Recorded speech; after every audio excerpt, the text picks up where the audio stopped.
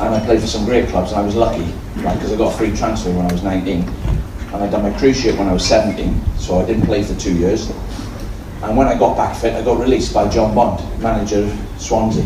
So to play for the clubs I played, and to play as long as I did, till I was 37, if you'd have asked me when I was 19, I just thought I was going to have ended up selling cars or something when I got released, but I ended up, you need a bit of luck, you need a bit of talent, and you need a bit of determination.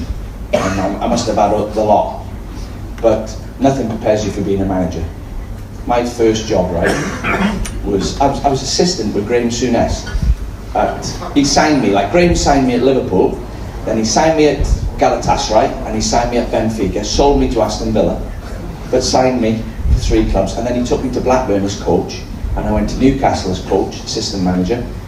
So the day we left Newcastle, the chairman of Wrexham, non-league, asked me to be the manager of Wrexham. Could I help? I stupidly said yeah. Right, so I've gone in there, and I thought everybody was professional until I got there, and I realised they're not. And with Michael Owen, Alan Shearer, Nicky Butt, Bellamy, Shay Given, next day, I'm manager of Wrexham. So our first game is against Stevenage, right? And Graham Wesley's the manager of Stevenage, and they're just a long ball team. They kick the ball as far as they can. They've got the biggest team you've ever seen in your life. The back 4 all 6'5", 2 midfield players 6'6". Kick it into the corner flags, wait for a throw-in or a corner. Up they come, the 6 of them in your box. The back 4 have scored 25 goals between them. At Christmas, swear, they're top of the league, and they've got 25 goals between them, the back 4. Mark Roberts, John Ashton, Ronnie Henry, Scott Led. I'll never forget it. That's the back 4. Vincenti and Boswell in front of them. That's the 6 that come in your box. So Brian Kerry, my assistant, it's my first game now as manager of Wrexham, right? It's my first game as a manager. So I say to Brian, I've had a look at the situation this week. Stevenage, all they've got set plays. He went, right, what are you thinking? I said, well, just work on the set plays all week. Got to get them right. He went, when are you thinking of doing that? I said, Monday, all the way through to Saturday. He went, you want to get your fucking head round this. You're not with Michael Owen and all them now. You tell this lot anything on Monday, they fucking forgot by Tuesday. I said, what do you mean? He goes, that's why they're there. There's something wrong with all of them. I mean, what do you mean? He said they can't retain information. It's a massive problem for them. They can't remember fuck all. Your best bet, tell them on Friday, and you've got an outside chance of remembering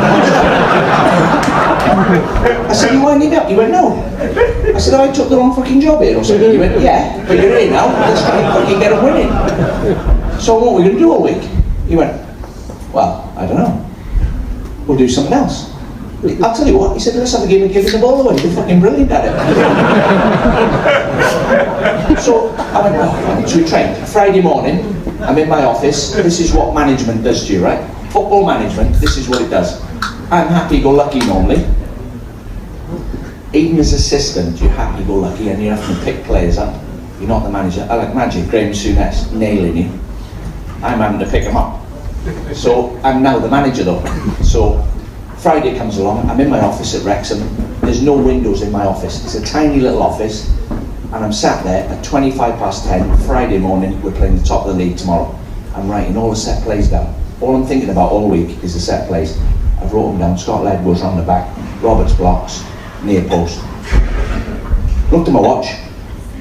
I went, right, walked into the canteen, all the players are sat in there. I went, right lads, let's get out training then. Brian says to me, have you seen the fucking rain out there? It's pissing down. You know the weather girl, the umbrella's going inside out. It's one of them days. I've looked out the window, it's pissing down. He went, you can't do set plays out there today.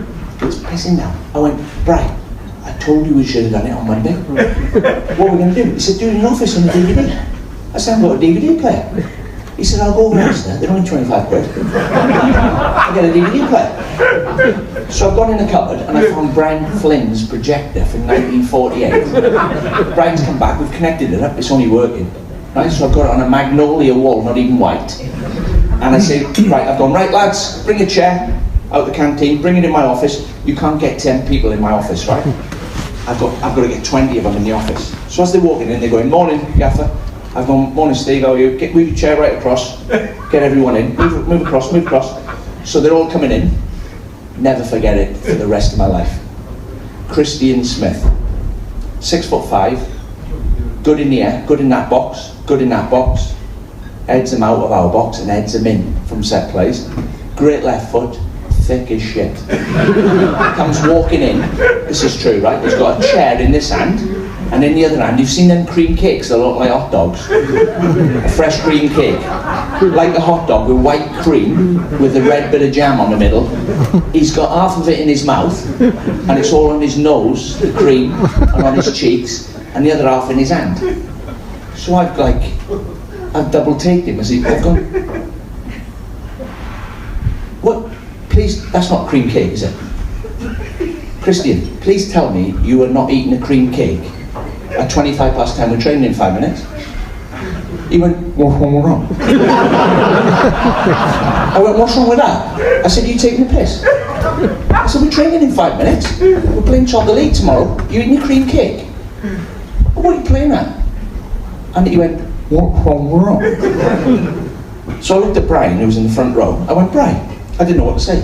I went, Brian, he's eating a cream cake. And Brian went, Christian, get out of the room. You idiot. He said, how unprofessional is that, eating a cream cake? We're training in 5 minutes.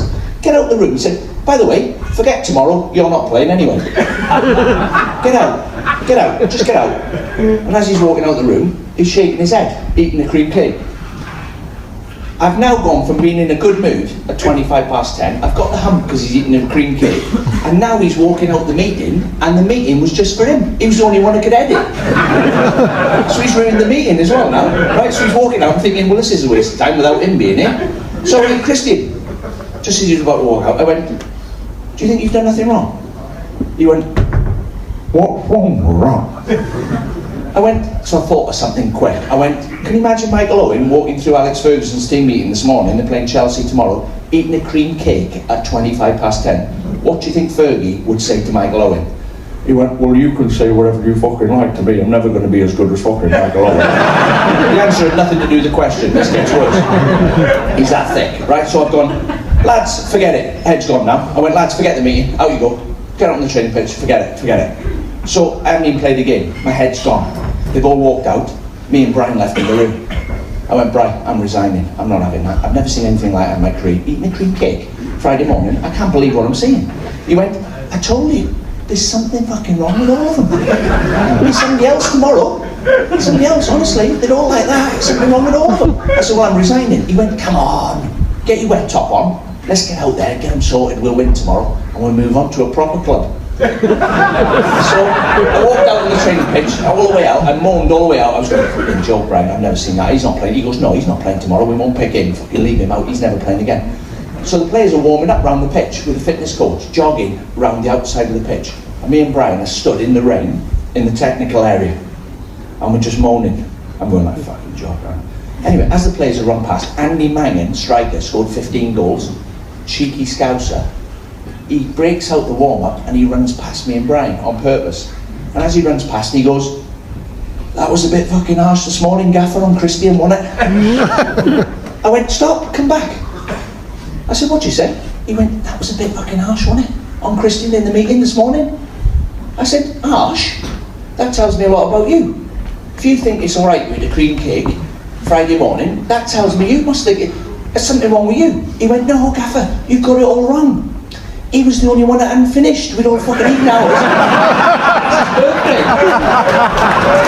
It's his birthday. You never played with Graham Souness, but he managed you enough times and you were also his assistant in a few places. How much would a prime Liverpool Graham Souness be worth?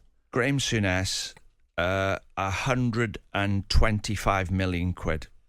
Okay. Right now, he could do everything.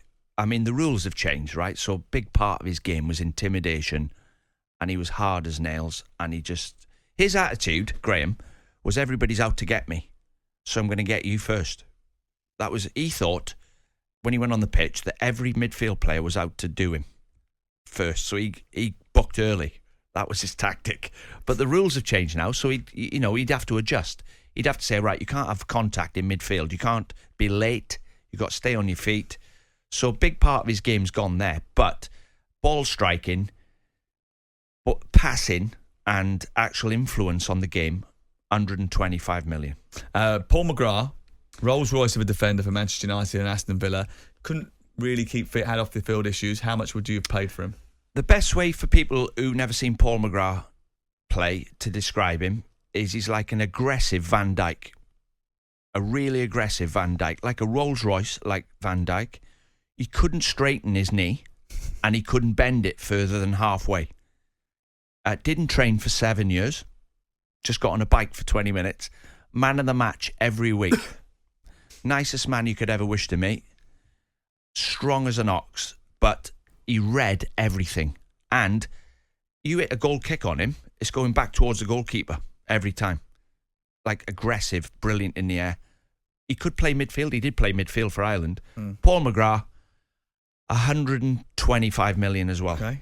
Jan Molby, Danish playmaker, teammate of yours at Liverpool, could pass the ball anywhere. Jan Molby, I never seen him miskick the ball. If he said to me when I got to Liverpool, don't even look. The minute the ball's on its way to me, just turn and run, and I'll find you. He said, don't think I haven't seen you, because I have. So I'd be looking down the pitch with my back to goal at Jan. I can see what he sees. And the fullback would roll the ball into him, and I'm thinking he's not seen me. Next thing, the ball comes round the corner into my feet, and I'm not ready. And he's hammering me. But he was on a different wavelength. But I seen Dennis Wise try to man mark him one day at Anfield. And all he done... Mistake? Well, what he done, he used to go and get the ball off the back four and you couldn't stop him because he was that good on the ball. He'd just move it the other side of you. But Dennis went tight on him. So what he done, he turned, run up the centre of the pitch towards the opposite goal. And last second, he'd just break away to the left or the right. As the ball was on its way, one touch out to the fullback. You couldn't get near him. As you were getting there, Dennis was getting there to snap him. The ball was gone. Just a genius footballer. How much? Jan Molby, well, if you go in Declan Rice, Jan couldn't get around the pitch like Declan Rice. He couldn't tackle like Declan Rice. So I'd say Jan Molby, 90 million. 90 million, okay. Off to Benfica now. Scott Minto, TalkSport co-host and one of your British buddies at Benfica in 98-99. Yeah, Scott Minto, great lad again. Great, really good footballer. Could play in midfield or full back, either side. Great attitude. I would say he'd be like Tierney at Arsenal. Tierney. Yeah. That type of... Better than Ben White. So I would say 50 million. 50 million? 50 million in today's market, Scott Minto. He would have taken that, I think. Everton, West Ham. Sorry, Chelsea, West Ham, Benfica. Charlton. Rotherham. Yeah, started sliding. Especially when he started playing with me. But great lad, and I would say 50 million. What about Dean Saunders? I love Dino. We play Oldham, don't we? We're top of the Premier. We get to half-time, we are rubbish. You lot, you're top of the league, you're pouncing around, you're not anything to try and get a stir up. Anyway, I'm walking out and I've got a cup of tea in my hand, in a plastic cup. And I'm going, you lot, you drive me up the wall. You don't deserve to be top of the league. And as I've gone, I couldn't do it in a million years. This cup has hit the ground and it's still full of hot tea. And it's hit Dino in the face. And I've just seen it out the corner. I thought, I'm getting out of here. So I get out, and the first minute, Dino scores. And he's come flying over for confrontation, hasn't he? He's come running to the bench. And I'm going... I said, that's the Dino we love. Next day is the Ryder Cup at the Belfry, and there's a big putting green there. I've come out of the bar, and I see Dino, and I'm going, Dino, did I ever tell you you're my hero? What's his name? Corey Pavin. He's practicing putting. He's going out there. Because all the crowd are laughing. And was that it? You just brought the ice? Because I imagine he was still fuming. No, after the game, I said, oh, shut up. You were crap. So as I say, I signed on the Wednesday. And he must have come in the start of the next week. Gets to Friday. I don't know if it was young v old. Yeah, it was, yeah. At the game at the end, it's right, there's prizes. It's for the best player and the best goal. Training was crap, wasn't it? 1-0 and I'd scored. Yeah. So I'm thinking, I must have won best goal. Because there's only been one. So coming after, there's a bit like a like a ceremony, didn't he? Yeah. He says, right, I've got some golf clubs for best goal. Parky would like to come up, golf clubs. And in fact, you might as well take this telly as well, because if you've scored a goal, you've obviously scored it best player, right? Yeah. so I walked out with some golf clubs and a telly, right? And then he went, next week, be better next week. Right, okay. So we've come up from training. Can I remember it was Malcolm who walked it round, I think. No, Mickey Walker. Oh, really? He's about 4'11", this assistant manager. About 70, is he? Yeah. 70. He's walked round with a fucking racehorse. No, he was sat on it. He had the silks on and everything. He had the full silks on. We were just... Whippets and everything. He's walked round on a racehorse. He had shares in the racehorse, like. So he went, right, whoever's best player this week gets this. What shares in it? Well, he just went, gets the the horse. I think he sold it that it was he owned it. So he had like 2% share in it. Come out from training and there's a racehorse there and fucking old Mickey sat on it like left to pick it, weren't he?